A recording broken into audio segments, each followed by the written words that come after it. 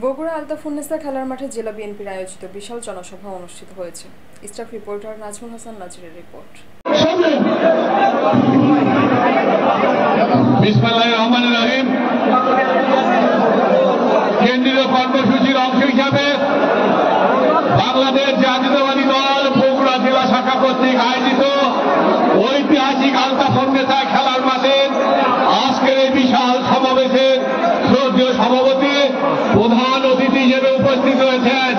নিত্য প্রয়োজনীয় পণ্যের মূল্যবৃদ্ধি সহনীয় পর্যায়ে রাখা, অবনতিশীল আইন শৃঙ্খলা পরিস্থিতির উন্নতি, দ্রুত গণতান্ত্রিক যাত্রাপথে উত্তরণের জন্য নির্বাচন রোডম্যাপ ঘোষণা এবং রাষ্ট্রের পতিত ফ্যাসিবাদের নানা চক্রান্তের অপচেষ্টার মোকাবেলা সহ বিভিন্ন জনদাবিতে বিশাল জনসভায় প্রধান অতিথির বক্তব্যে তিনি এ কথাগুলো বলেন। বগুড়া জেলা বিএনপির সভাপতি রেজাউল করিম বাদশার সভাপতিত্বে এতে বিশেষ অতিথির বক্তব্য রাখেন বিএনপি চেয়ারপারসনের উপদেষ্টা advocate A K M Mahbubur Rahman, Helaluzzaman Talukdar Lalu, BNP Rajshahi বিভাগীয় সাংগঠনিক সম্পাদক অ্যাডভোকেট সৈয়দ শাহিন শওকত, সহ সাংগঠনিক সম্পাদক মোহাম্মদ আমিরুল ইসলাম আলিম, এএইচএম ওবায়দুর রহমান চন্দন। এ সময় আরো বক্তব্য রাখেন বিএনপি কেন্দ্রীয় নির্বাহী কমিটির সদস্য ভিপি সাইফুল ইসলাম, আলী আজগর তালুকদার হেনা, সাবেক এমপি কাজী রফিকুল ইসলাম, গোলাম মোহাম্মদ সিরাজ, জেলা বিএনপির ভারপ্রাপ্ত সাধারণ সম্পাদক মোশাররফ হোসেন, সাবেক সাধারণ সম্পাদক জয়নাল আবেদিন চান, ফজলুল বারী তালুকদার বেলাল, এম আর ইসলাম স্বাধীন, মাফতুন আহমেদ খান রুবেল, শেখ তাহাউদ্দিন নাইন, শহীদ উন-নবী সালাম, কে এম খায়রুল বাশার, শহর বিএনপির সভাপতি অ্যাডভোকেট হামিদুল হক চৌধুরী হিরু,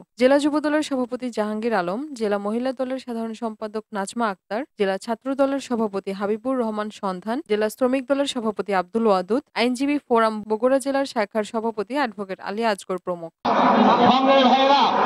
আপনাদের কাছে আমার জেলা উপজেলা বিভিন্ন পর্যায়ে নেতৃবৃন্দ আমার সামনে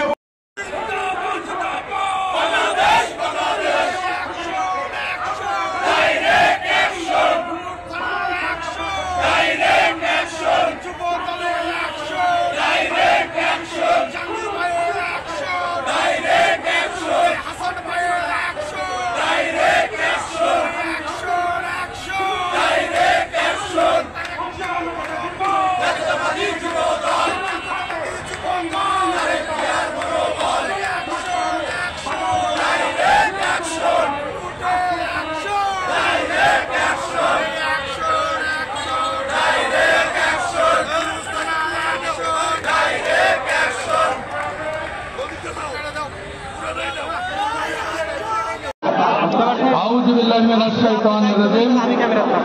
বিসমিল্লাহির রহমানির রহিম। বগুড়া জেলা বিএনপি আয়োজিত আজকের এই